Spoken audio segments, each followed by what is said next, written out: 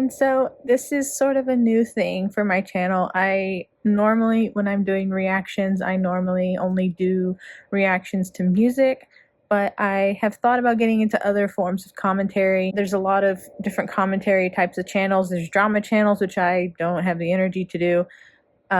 There's also anti-MLM reactions, which I might dabble in the future. I'm not sure yet. Bridezilla commentary. Most of these stories I think are found on Reddit. I'm really not sure, but I'm going to be reading some stories from the subreddit Tales from the Pharmacy.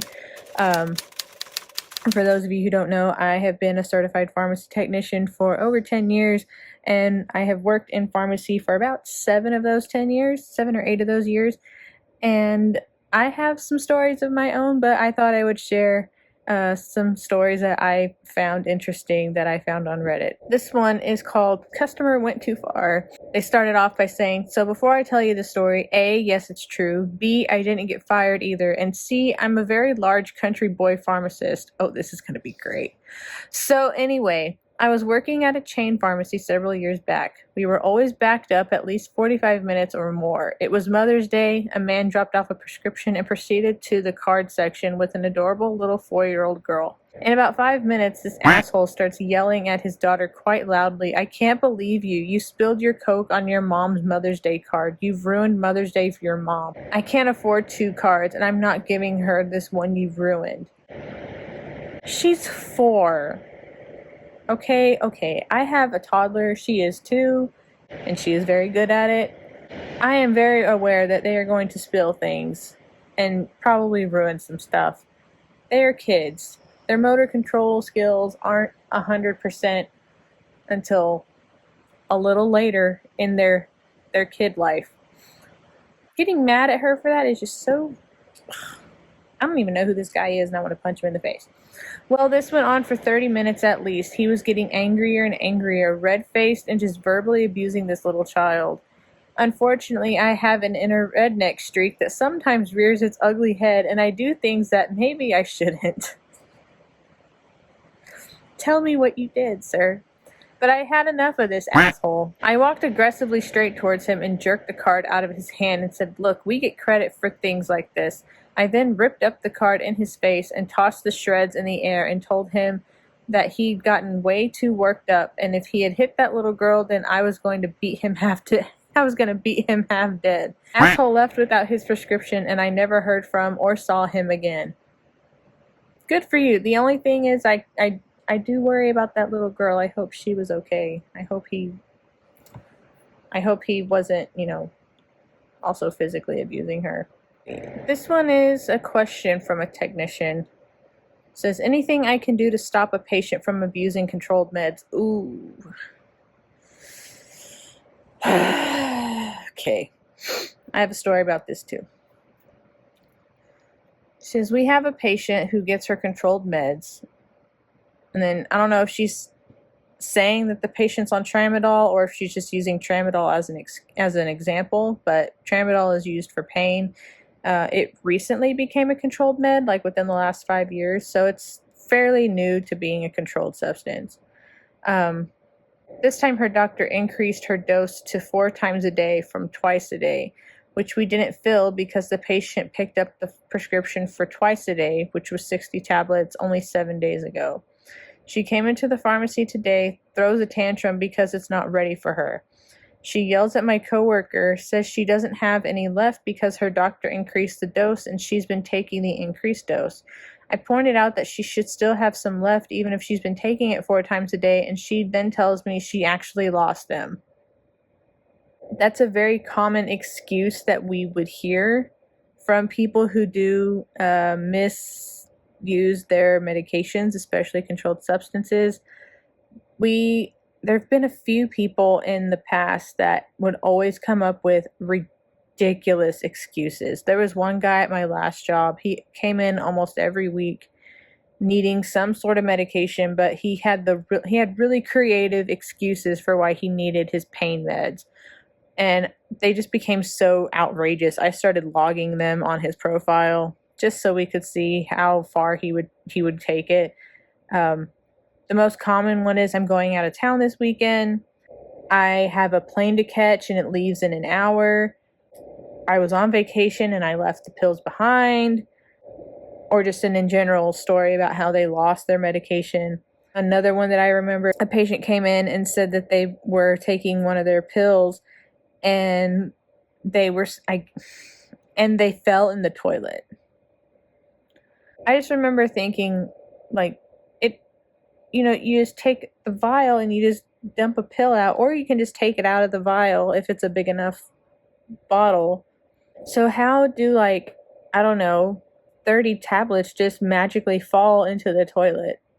And why would you even be taking medication standing over the toilet in the first place? Most people, if they're in the bathroom, are at their bathroom counter. They're at most hovering over the sink. And it was So continuing on with her story.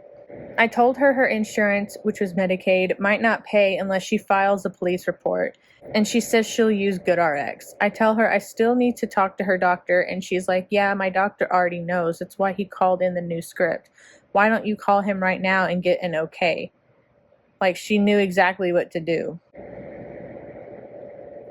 My other coworker overheard the conversation and told us the patient has been getting controlled medications early every month, and her doctor okayed it every single time. I go to her profile and it was true. Mostly 3 to 5 days early, but sometimes 10 days early. Yikes. The doctor didn't answer the phone call, so we didn't fill it today, but the patient has been getting controlled substances early for months. My coworker talked to our PIC, which is pharmacist in charge, about the patient, but she was like, there's really nothing I can do. Is there anything I could do as a tech? Actually, pharmacist lady, there is a lot you can do. You could not release the medication, for one thing, especially if it's a controlled substance that can be abused. From what I understand about tramadol, your body responds to it like an opioid. So a lot of people who were on tramadol when it wasn't a controlled substance were even abusing it then. And then when tramadol became the next medication that they were talking about raising into the controlled substance classification, which there's 5 classifications of controlled substances. I believe it's a C4 or 5, which are the lower ones.